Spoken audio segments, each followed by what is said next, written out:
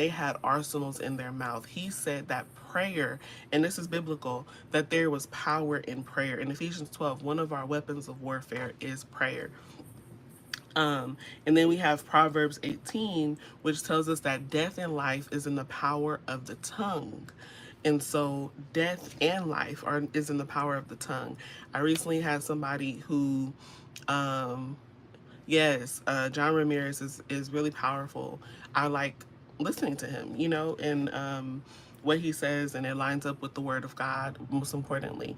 So, um, some people, like when I was pregnant, there were a lot of people, especially the doctors, who were telling me things about my pregnancy that was not good news.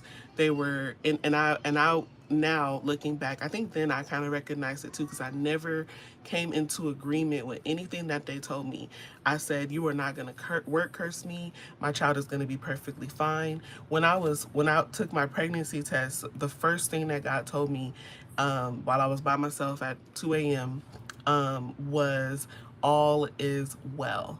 All is well. All is well with the baby. And so I took that and ran with it the entire pregnancy, no matter what came up, no matter what the doctor said. There was one point where the doctor told me that my child was at risk for stillbirth. There was at one point when the doctor told me the baby was going to be huge and I was going to need a C-section.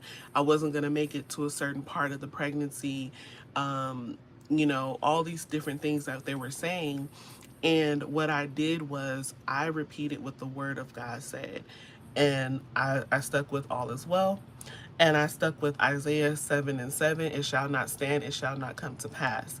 And I began to speak life over the situation where they were speaking death.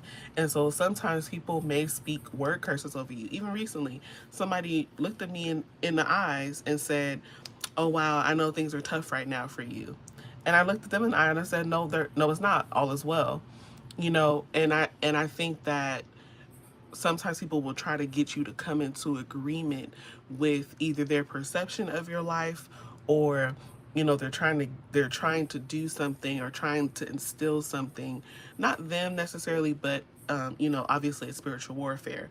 If the enemy can get you to come into agreement, um, if the enemy can get you to come into agreement with him, then he has won the battle with you.